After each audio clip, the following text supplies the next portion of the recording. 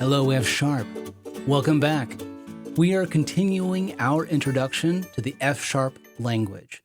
And now, just so that people know, this series is really meant to be just that, a gentle introduction to F-sharp features. And so I've gotten some really fantastic comments about like, oh, Matthew, you need to go into depth on this and that. And like, I'll get there.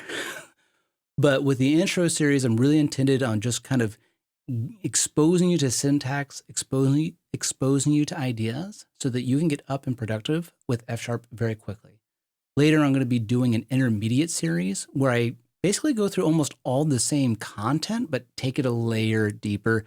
And then potentially, I don't know if I'll do an advanced series, but I might just do deep dives, like multi-video series. I'm like, hey, we're going to go super deep on this one feature of F-sharp and really understand it down to the metal. So I really appreciate people leaving comments saying like, hey, we should go about this. We should talk about that. Please keep sending those. And I'm taking notes. I'm just letting you kind of understand like where I'm thinking long-term. And the reason I'm saying that is because we are now on our second video talking about functions. And functions are an incredibly deep subject. I've been working with F-sharp for over a decade now, and I'm still peeling back layers of like, wow, I didn't think about that, about functions and how they interact. It's a very deep subject, but don't let that intimidate you. They are very easy to work with. They are so simple, and I think that's the real beauty of it. Like their simplicity belies the depth of what is there. So what we're going to do is we're going to talk about the different ways that you can define a function in F-sharp, because there's more than one. And so I want you to be aware of the different syntaxes. And so as you're reading F-sharp, be like, oh yeah, I recognize that. I kind of see what's going on there. I mean, I wouldn't write that myself, but I kind of understand the intention of what they're trying to get at. And so that way, and we're also going to discuss like, hey, when would you want to use one or the other? So here we go. The most common way you will see a function defined in F-sharp, well, maybe that's even the wrong thing to say, but here's a classic one. He said, let my adder, and this is going to take an A, B, and then it's going to return A plus B. And this is what I call the curried form. Now, last time we talked about the difference between curried form and tuple form and reading a function signature, because that becomes an incredibly useful skill to understand like what it is that your code is doing. And it's really critical when it comes to debugging, because by looking at a function signature, you can see like, oh, I see how this was intended to be used. I see the behavior that's intended, that's going on here. So when we separate all the arguments, it makes it very easy to use currying or partial application. And we tend to prefer this form of writing a function. And so I'm not even going to go into the tuple form or the tuple style. Review the previous intro video to get that. So you will see this very commonly. Now, there's some additional things I want to point out here. Right now, type inference is saying like, oh, I got an A and a B, but then I'm performing addition. And so type inference is saying like, oh, well, I believe that this is an integer. Now, if we want, and one of the things that I do with more complex code is you can put type annotation here, saying like, no, A is a float and B is a float, not a bloat, a float, and B is a float as well. And so now we are telling the compiler is like, no, I really intend for A and B to both be floats. And we can even specify the return type. And so this is a little review from last time. So this would be a little unusual to see such a simple function have such explicit type information being provided by the programmer. Now, I find the more code I write, the more I end up doing this. The more I end up putting the type information into the function signature, well, and the function definition. And the reason I do that is because I often know exactly what it is that I'm wanting to do, and I know exactly what types I intend to pass in, and I know exactly what I intend the return type to be. And so by putting this information in, now what's happening is I'm changing my relationship with the compiler. Before, what was the compiler doing? So I'm actually going to rename that. And I'm going to remove all this all this typing here so the compiler can just do its own thing. So I want to talk to you a little bit about the nature of like how you're interacting with the compiler at this point. When you're using this style, which is fantastic, and there's nothing wrong with this, what's happening is the compiler is saying, hey, I see an A and a B. I don't know what they are yet. And it keeps reading down your code and like, oh, we're doing addition. I'm aware of these types that no addition. So I believe these are integers. And so the type inference has to go farther down your code to figure out what the types are. And then that type information then kind of comes back up your code and saying like, hey, now the compiler is saying like, oh, now I know enough to be able to tell you what A and B must be. And so what's happening here is that the compiler goes farther and then brings type information kind of back up your code. Here, what's happening is like, no, up front, I'm telling you, compiler, this is what the types are. And so now as the compiler is going down, like, oh, I know that A is a float. I know that B is a float. And I know that this function must be returning a float type. And so now what it's doing is instead of trying to figure out what those types are, it's making sure that those types are being used correctly, the way they are intended to be used. And so this style is great when you're writing very generic code. And I would also suggest that if you're doing this, your functions probably should not be terribly long. What I like about this, especially for the kind of code that I'm writing, I'm often writing longer functions due to the nature of what I'm doing. And I have a very concrete idea of what I'm wanting to accomplish. I'm not really exploring at this point. And so by putting this type information up here, the compiler is now making sure that I am doing what I intended to do at the beginning. And so I could have an example like this, where say like, well, if A is less than 1.0, then this is kind of absurd logic. I say like, hey, I want to check this condition. Well, what's happening now is like, okay, well, the compiler knows this is and let's make it worse. Let's like screw it up. So there's several things wrong here. And what the compiler is now doing is saying like, hey, I know A is supposed to be a float and you're not using it with this is complaining about something else entirely. So it's complaining about a bunch of things right now, which is great. Because I told it I'm expecting to pass in a float, and return a float from this function. So the first thing it's complaining about is saying like, hey, this expression was expected to have the type unit, but here it has the type float. And the reason it's angry right now is that like I only have this if then, I don't have an else. And right now it's going to complain saying like, hey, what's saying is like, I'm expecting you to give me a float back. And you have this branch in your code, one branch will return a float, this branch does not. And so it's like, okay, well, I'll just return A there. Now it's happy. And I'm really kind of curious about why. I'm actually impressed because I think what's happening here is now it understands that A must be a float. Okay, I'm purposely, because I think what's happening now is when I don't have this on here, like normally 1 would be without a 0.0 on the end of it would be interpreted as an integer, but because it knows it's comparing it to a float, it's just like, oh, well, you must be intending this to be a float. And it's not forcing me to put that there on the end.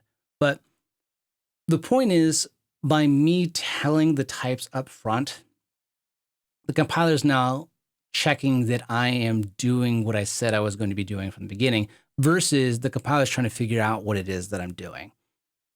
I'm not saying one's right or one's wrong. I'm just saying sometimes I've used this as a tool to help me because the type inference is like figuring out like something's wrong, but because I haven't told it what I'm intending, or even just like the return type. If I give the return type here, it's like, oh, you're returning a float. Well, if you're returning a float and these things are being added, then these things must also be float. So sometimes all you need to do is say like, this is the return type. and the compiler can help me out to kind of guide me down the path. And so that's part of what I really like about F#. You can write incredibly generic function stuff, or you can start to be more specific, and the compiler is going to be helping you in different ways, essentially. So these kind of two are the classic default styles that I would suggest that you use based on my experience and the literature that I've read and worked with. There is another way of defining a function, and that is I'm going to call my adder 3. And what I'm going to do now is I'm going to say fun a plus b. What on earth is going on here? Great question. So fun is a keyword in F#, and this is like one of the jokes that I heard more back in the day, but not as much now. But it's just like, oh yeah, F like fun is just built into the language, and it's just like, okay, yeah. It's less funny after you've written it 10,000 times. But fun is a keyword to indicate like, hey, I'm about to define a function here. And this is kind of unusual. Like, well, I'm using this let binding. I'm defining a function. I'm giving it a name. Normally the arguments would be here on the left. You typically wouldn't use this form, but it is a valid form of doing it. And it becomes incredibly useful when you're wanting to define anonymous functions. And we're going to get to anonymous functions later when we start, like later in the week. Like, I mean, so like you're not going to have to wait very long. So this form is very useful when you're working with functions that take higher ordered functions. That's the fancy word for it. Think of it as a function that takes another function as a parameter. That's all a higher order function is. It's not that big a deal. So, well, it's a big a deal, and it makes it a lot easier to write some really great code, but it's not as fancy as it might sound. So this is going to be really useful later on. You're typically not going to see it done this way. You will typically see it with something like, hey, let x equal 2, and I'm just going to create 1 to 10, just creating a list here, and I say, hey, list.map.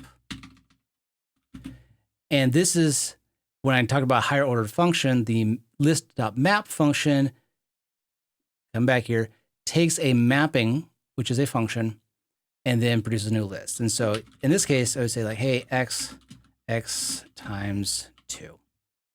And I'm not going to go into more depth of this, but like this is that same syntax for defining a function that you saw here. That's all that's going on. And so it's much more useful in this context when you're writing a small function that you're using as a parameter in another function. But later this week, we're going to go into much more detail about these higher order function things and when to use them.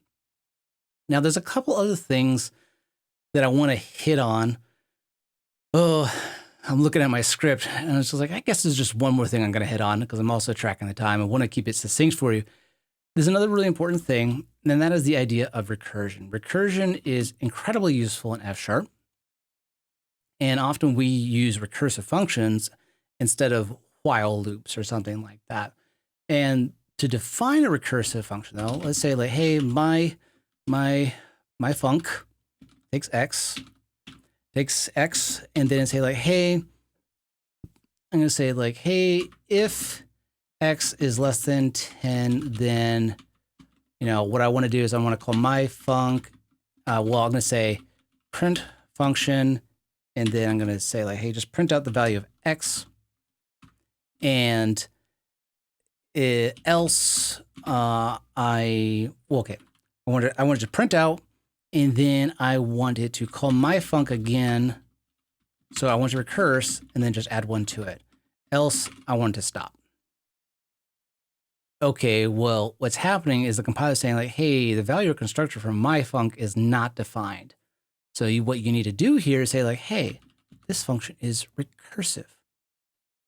Why do we have to say something is recursive or not? So we don't have enough time to go deep into recursion and its implication in the F# compiler, but there's a few different things that F# wants you to be very purposeful about when you use. It will let you use them. You just have to say like, yes, I am aware I am opting into this feature.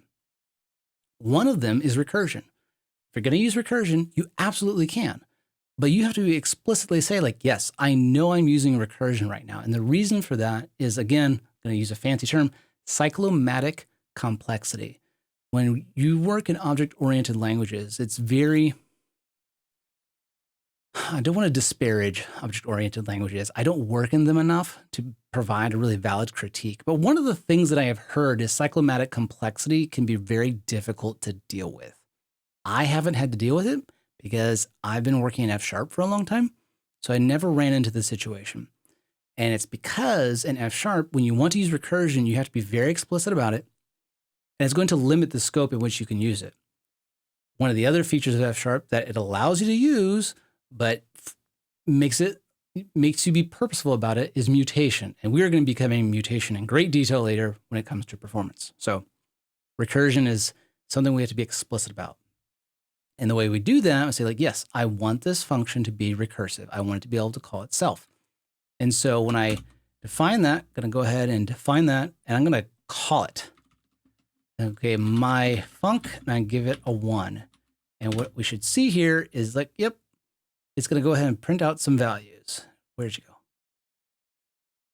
It's just scrolling right past it. Yeah, I call it, and it goes like 2, 3, 4, 5, 6, 7, 8, 9, and then it exits. And so yeah, it's just printing it out and then calling itself while incrementing the value by 1. And so that's how we would define a recursive function in F#. There's one last odd function thing that you might see, and it's weird. So let's say I have a type animal, and it's a discriminated union, and it's going to have two different cases. It's going to have chicken, and the chicken case is going to hold an integer, and it's going to have a cow case, and it's going to hold a string for some reason. And let's say, and we haven't really gone through the details of match with statements. I mean, we've talked about them a little bit when we introduced discriminated unions, but there's this additional feature in F#. I've seen it used a few times, and often what you would say like, hey, my animal function is going to take an, and I'm going to specify this, hey, is going to take an animal. Oh, also, I am violating one of my strong suggestions. I'm going to go ahead and do it here just to show you, like I'm putting require qualified access on this. I strongly encourage you to use that as your default. I'm not saying you have to. I just strongly encourage it. It will save you some grief. So match A with, and so now I'm going to match in the cases. And so like, okay, animal, chicken. Let me get this out here real quick. And so like, hey, yep, I'm going to print function chicken, and then I want it to put that value in there. And oh yeah, animal. And then the other case of cow, again, using C, don't necessarily have to, and print function cow, and just print out whatever value's in there. And I'm going to change this to be even more explicit so you don't confuse these things. F2 chicken. Okay. So I have this animal function. If it's a chicken case, it'll print out print function chicken. And if it's a cow case, it'll print out cow and then the value that's in there. So I'm going to take my cow, actually chicken. I'm going to do my chicken. Chicken's my default for everything. So animal, chicken, and it takes an integer. So I'm going to say, 42 because, that's funny.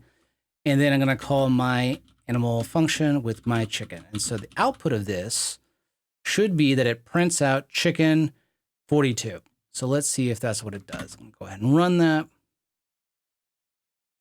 And type animal is not defined. Yeah, I should probably include the definition of animal when I call F# interactive with this. And hopefully it has run. And what? Come on. Oh, come on. Just going to call it again. Cool. There it is. Chicken 42. Printed it out. Now, this is how I pretty much write this all the time. Technically, another thing you could do is use the function keyword, which I find, and so it's the only reason I'm including it in this video is because it's using the function keyword. I don't know why it's using it. And I'm going to call this my other function. And I'm going to say, you know what? Function, get rid of this. And now, yep. Now what's going on? So instead of having to write out giving the input and doing a match on that, you can just say function, and it's doing that all automatically. Now, I don't necessarily suggest that you do this. What I would, and so now I'm going to call my other function, and again, I'm going with my chicken, and say again, it says chicken 42, even though I called it with my other function. So again, not something that I suggest you use right off the bat. I have seen it some out in the wild, and the only reason I'm including it in this video is because it's using the function keyword to say it. So you can kind of think of it as a shorthand for writing a function to match on a discriminated union.